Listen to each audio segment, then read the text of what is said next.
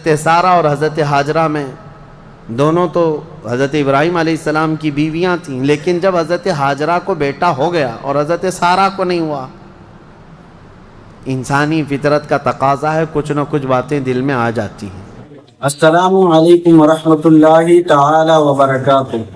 امید ہے آپ سب خیریت سے ہوں گے۔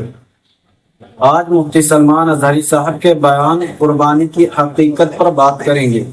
انہوں نے بہت خوبصورتی سے قربانی کے اصل مقصد کو بیان کیا ہے۔ آئیے دیکھتے ہیں اور جاننے کی کوشش کرتے ہیں کہ اس بیان سے ہمیں کیا سیکھنے کو ملتا ہے۔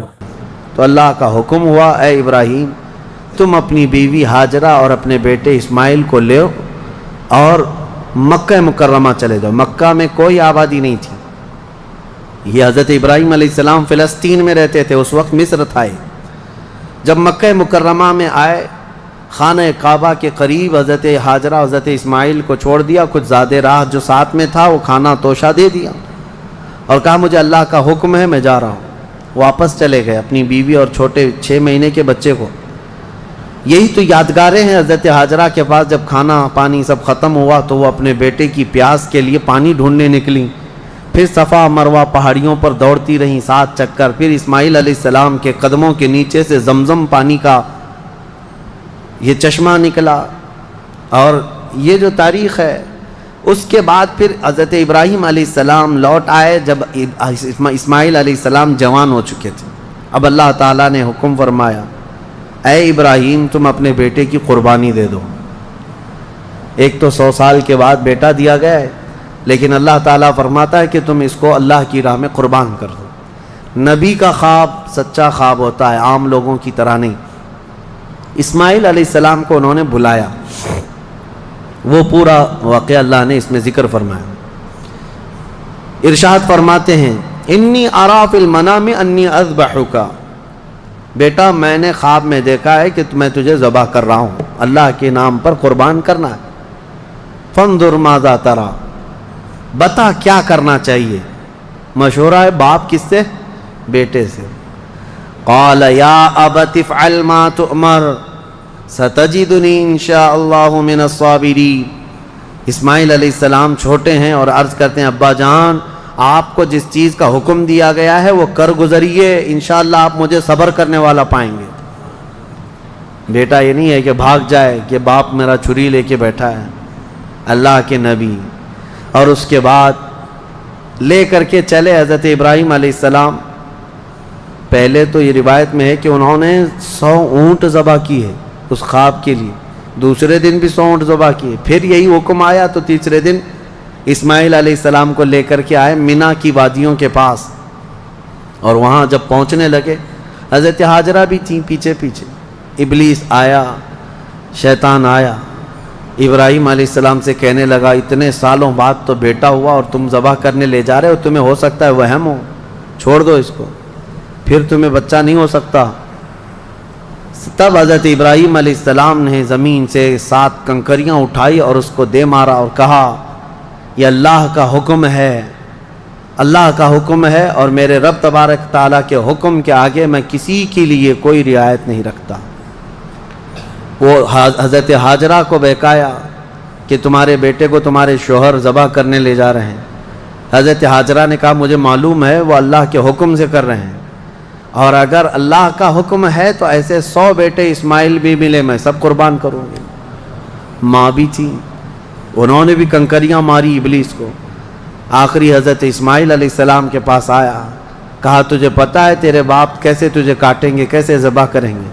حضرت اسماعیل علیہ السلام نے کہا ابلیس، کنکریاں ماری اور کہا میرے باپ عام آدمی نہیں، اللہ کے نبی ہیں، وہ جو کرتے ہیں وہ اپنی مرضی سے نہیں اللہ کے حکم سے کرتے ہیں۔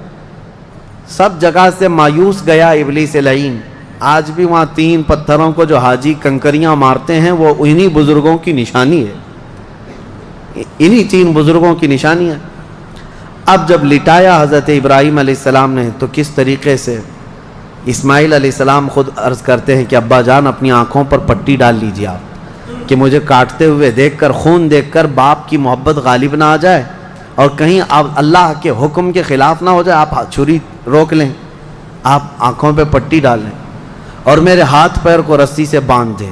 کہ میں تڑپتا نہ دیکھیں آپ۔ ایسے ہی ہوا، حضرت ابراہیم علیہ السلام نے پٹی ڈال لی آنکھ پر اور ان کے ہاتھ پیر باندھ دیے گئے، یہ ذبح کرنے کا وقت ہے۔ بھلا کیا رب تبارک و تعالیٰ بھی کسی کے عزیز کو ذبح کرنے کا حکم اس طرح دے گا؟ یہ تو امتحان تھا، امتحان تھا۔ حضرت ابراہیم علیہ السلام گردن پر چھری رکھتے ہیں، لیکن وہ چھری چلتی نہیں، بڑی تیز چھری لائی تھی انہوں نے، چھری نہیں چلتی۔ روایات میں ملتا ہے کہ حضرت ابراہیم علیہ السلام نے اس چھری کو پتھر پر یوں مارا تو پتھر 2 ٹکڑے ہو گئے، کٹ کے 2 ٹکڑے ہو گیا، لیکن گلا نرم و نازک اس چھری سے نہیں کٹتا تھا۔ ایک بات یاد رکھو مسلمانوں، ہمیشہ چھری کی تاثیر ہے کاٹنا، آگ کی تاثیر ہے جلانا، لیکن ہمیشہ ایک بات یاد رکھیں، چھری کاٹے گی بھی، آگ جلائے گی بھی اس وقت جب اللہ کی مرضی ہوگی۔ ہمارا عقیدہ یہ ہے، تقدیر، ہاں ان کی تاثیر ہے، یہ کام یہی کریں گے، لیکن اس کے ساتھ ہمارا عقیدہ یہ ہے اگر میرا مولا نہ چاہے تو پھر جتنی تیز چھری ہی کیوں نہ ہو نہ کاٹ سکے گی، جتنی تیز آگ ہی کیوں نہ ہو نہ جلا سکے گی، اور اگر مولا کی مرضی ہے تو پھر یہ چیزیں اپنا اثر دکھائیں گی، باقی ان کا اثر اللہ کی مرضی کے بغیر کچھ نہیں۔ چھری جیسی ہی گردن پر رکھی، اللہ کا حکم ہوا، جبرائیل جاؤ جنت سے ایک دمبا لے کر جاؤ، میرے ابراہیم کا امتحان ہو گیا اور کامیاب ہوئے، ان کے بیٹے اسماعیل کو ہٹاؤ اور دمبا رکھو۔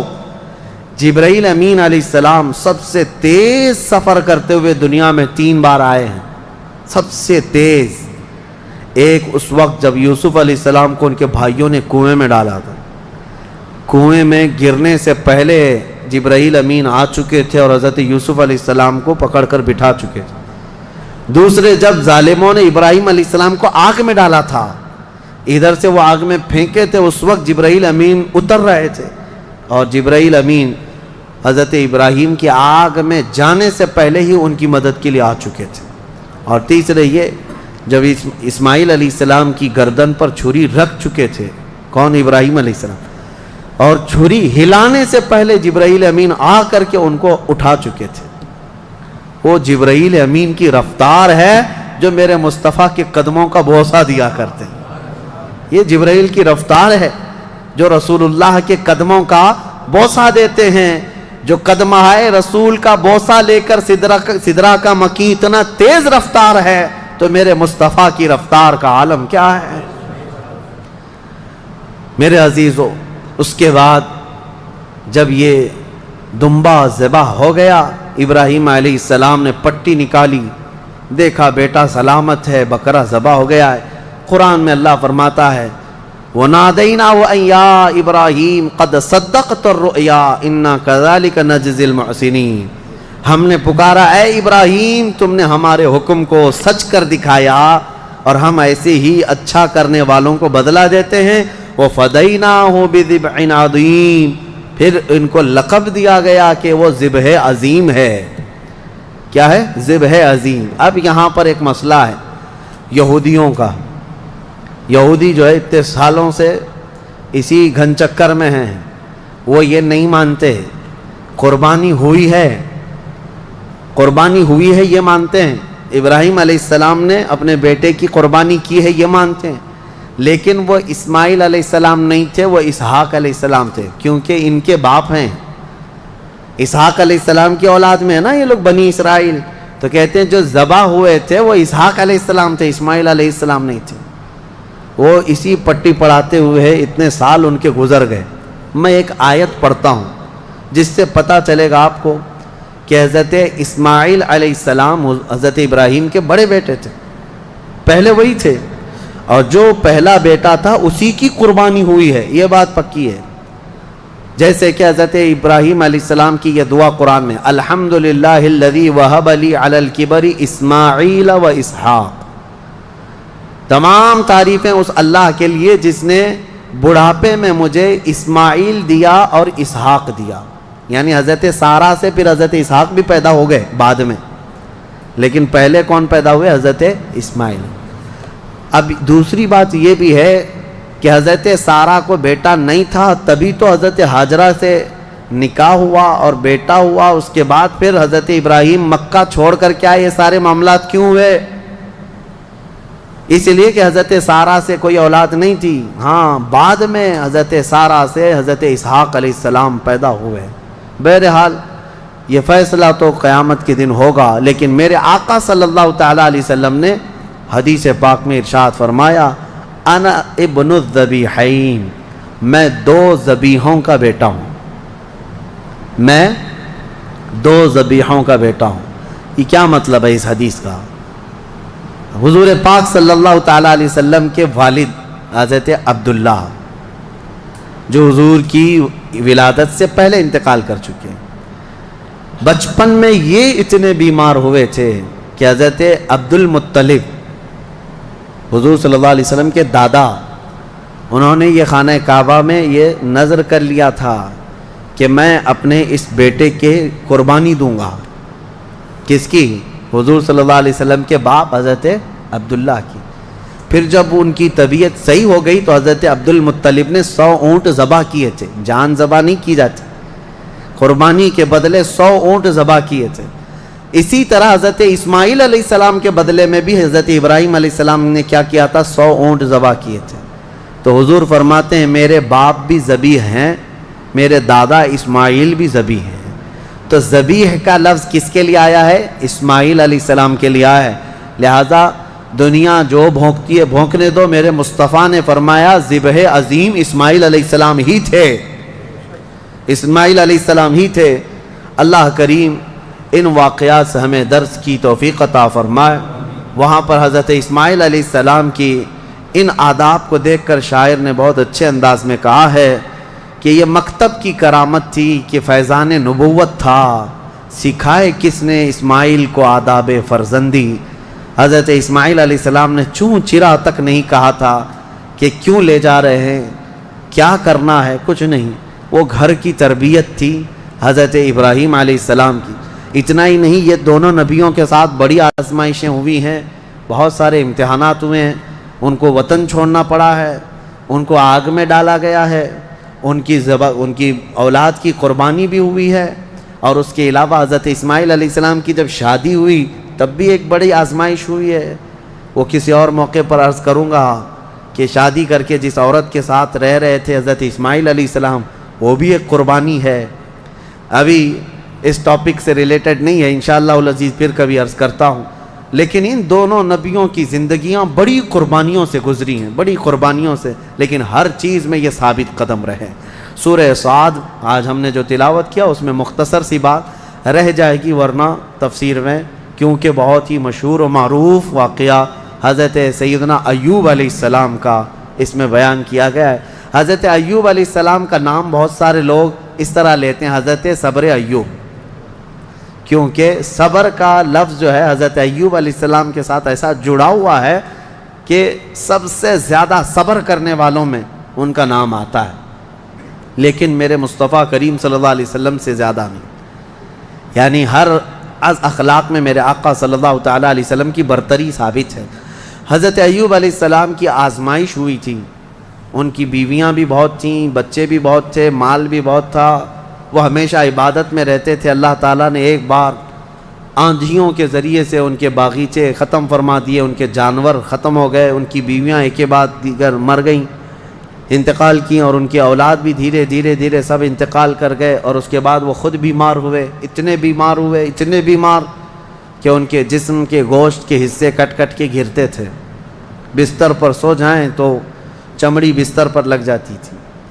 اور اس کے بعد ایک بیوی، ان کی بی بی رحمت، حضرت جمیلہ بھی ان کو کہا گیا بی بی رحمت، ان کے علاوہ کوئی ساتھ میں نہ تھا۔ وہ وقت بھی آیا جب ان کی زبان بھی کٹ گئی تھی جس سے وہ ذکر کرتے تھے، زبان کٹ گئی حضرت ایوب علیہ السلام کی۔ تب انہوں نے ایک عرض کیا تھا اللہ کی بارگاہ میں، ربی انی مسنی الضر وانت ارحم الراحمین، یہ ایوب علیہ السلام کی دعا ہے، اے اللہ مجھے تکلیف پہنچی ہے لیکن تو ارحم الراحمین ہے۔ اللہ فرماتا ہے اس کے بعد ہوا کیا سنو، ایک اور چیز ہوئی تھی، حضرت بی بی رحمت بازار گئی تھیں، علاج ڈھونڈتے ہی رہتی تھی روزانہ، وہ بڑی وفادار خاتون تھی، وفا شعار اپنے شوہر کی۔ بازار میں ایک حکیم صاحب دوا بیچ رہے تھے، میرے پاس ہر بیماری کی دوا ہے، یہ چلی گئیں. کہا کہ میرے شوہر ایسے ایسے بیمار ہیں، ان کی تکلیف فلاں فلاں ہے.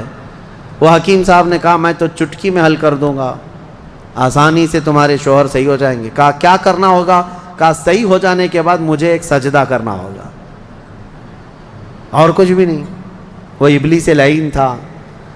خواتین، عورتیں یہ بڑی بھاؤک ہوتی ہیں، جذباتی ہوتی ہیں، ان کو اپنی فیملی سے لگاؤ ایسا ہوتا ہے. اسی لیے آج باباؤں کے چکر بھی سب سے زیادہ عورتیں ہی لگاتی ہیں. صحیح میں کہہ رہا ہوں کہ عورتیں جانا بند کر دیں تو باباؤں کی دکانیں بند ہو جائیں، نہیں چلیں گی دکانیں. کیونکہ اور ایڈورٹائز بھی میں دیکھتا ہوں، بابا لوگ دوسرے کسی عمل کا ایڈورٹائز کرتے ہی نہیں. پیپر میں بھی ایڈورٹائز آتا ہے تو سب سے زیادہ یہی ہے کہ مرد کو مٹھی میں کیسے رکھنا ہے. یہ اٹریکٹیو عمل ہے، کیونکہ ہر عورت آئے گی اور ہر عورت کو یہ چاہیے کہ شوہر میرا مٹھی میں رہے. اور پھر دوسرا عمل یہ بھی ہے کہ کیسے شوہر اپنی بیوی سے دور ہو جائے. یہ شوہر کی اماں ساس کا عمل ہے، اس کو بھی یہی چاہیے. اور بابا انہی دو عورتوں کے بیچ میں کھیلتا رہتا ہے، ایک کو محبت کی تعویذ دیتا ہے، ایک کو نفرت کی دیتا ہے، اور ہر 8 دن پر وہ چکر کاٹتی رہتی ہیں. عورتوں کے جذبات کمزور بھی ہیں، کمزور ہیں. ان کا بچہ بیمار ہو جائے تو یہ نہیں دیکھتی کہ کس کے پاس جانا ہے، جس نے بھی تھوڑا مشورہ دے دیا یہاں جاؤ، چلی جائیں گی. ایسا نہ ہو، ایمان والی خواتین بنو، ورنہ تم میں اور بھینس میں کوئی فرق نہیں. بھینس ہر جگہ منہ ڈال دیتی ہے، اس کو یہ نہیں پتہ ہوتا ہے کہ کس چیز کو وہ کھا رہی ہے. بچہ تمہارا ہے یقیناً. بعض عورتیں وہ بھی ہیں جو اپنے بچوں کی صحت کے لیے کبھی کسی درخت کو جا کر کے ناڑا باندھ کر کے آ گئیں، کہیں تالا لگا کر کے آ گئیں، کہیں کسی پتھر پر تیل ڈال کر کے آ گئیں. سب کیا کیا ہوا ہے، یہ ہو بھی رہا ہے. کیوں؟ ان کو کوئی مشورہ دیتا ہے چلی جاتی ہیں. ایمان مضبوط رکھو، اللہ ہی شفا دینے والا ہے. اور جائز طریقے سے، حلال طریقے سے اگر کوئی چیز ملتی ہے تو بالکل علاج کرو، بالکل علاج کرو. ہم یہ نہیں کہتے، لیکن یہ نہیں کہ کسی نے مشورہ دے دیا تو اپنے بیٹے کو گائے کا پیشاب بھی پلا دیا، پیٹ درد صحیح ہو جاتا ہے. تو آج وہ کنیا بابا کا پیشاب تو بکتا ہی رہتا ہے، تو بہت سارے لوگ اس میں بھی پریشان ہیں. پہلے تو ڈائریکٹ گائے کا لیتے تھے، اب پاکٹ میں آ رہا ہے تو لوگوں کو ایسا لگنے لگا کہ شاید اب کچھ اس میں اپ گریڈ ہو گیا ہے پیشاب، اور یہ صحیح میں دوا کا کام کرتا ہوگا. کیونکہ آج یہاں دیکھ رہے پوری دنیا ہنس رہی ہے، آپ ہی نہیں، پوری دنیا ہنس رہی ہے. پورا عرب، امریکہ، اور جس کی یہ اقتدا کرتے ہیں پیچھے بھاگتے ہیں. یورپ بھی ان پر ہنستا ہے کہ یہ گوبر اور پیشاب کے پیچھے کیسی ہے قوم. ہاں کبھی اس کو کوہ نور بتا دیں، کوئی کینسر کا علاج بتا دیں، کورونا کا علاج بتا دیں. عقل سے کچھ نہیں ہے. لیکن میں اپنی عورتوں سے کہنا چاہتا ہوں، تمہیں کوئی بھی اس طرح کا مشورہ دے تو بھاگ مت جانا. ابلیس یہاں پر الگ الگ لباس میں ہے، الگ الگ لباس میں ہے. ہزاروں رہزن ہیں لباس خضر میں. یہاں حضرت بی بی جمیلہ، بی بی رحمت آئیں اپنے شوہر کے پاس، کہیں مبارک ہو تمہارا علاج مل گیا. ایک بڑے حکیم صاحب ہیں، وہ علاج کر دیں گے. حضرت ایوب علیہ السلام نے کہا ہمارے پاس اجرت دینے کے لیے تو کچھ ہے نہیں، کیا دیں گے؟ کہا کچھ نہیں دینا ہے، آپ صحیح ہو جائیں گے تو ان کو ایک سجدہ کرنا ہے. وہ حضرت ایوب علیہ السلام جلال میں آئے، بیماری کا عالم میں. کہا قسم خدا کی اگر میں صحیح ہو گیا تو تجھے 100 کوڑے ماروں گا، اس لیے کہ تو ابلیس کے پاس گئی تھی، حکیم کے پاس نہیں. انہوں نے قسم کھا لیا، اللہ کی قسم میں 100 کوڑے ماروں گا تجھے. اپنی بیوی کو انہوں نے توبہ کر لیا. اپنی بیوی، ان کی بیوی نے کہا مجھ سے غلطی ہو گئی، میں بھول گئی، آپ کی محبت میں دوڑی. یقیناً وہ ابلیس تھا. پھر اللہ فرماتا ہے ہم نے ایوب کی دعا سن لی اور کہا ارکض برجلک ھذا، اپنا پیر زمین پر مارو اے ایوب. انہوں نے پیر زمین پر مارا تو وہاں سے ایک نالا، ایک چشمہ جاری ہو گیا پانی کا. اللہ نے فرمایا اس میں نہا لو، اس پانی سے. حکم ہوا تو جیسے ہی انہوں نے اس پانی میں غسل کیا ان کی ساری بیماری ختم ہو گئی.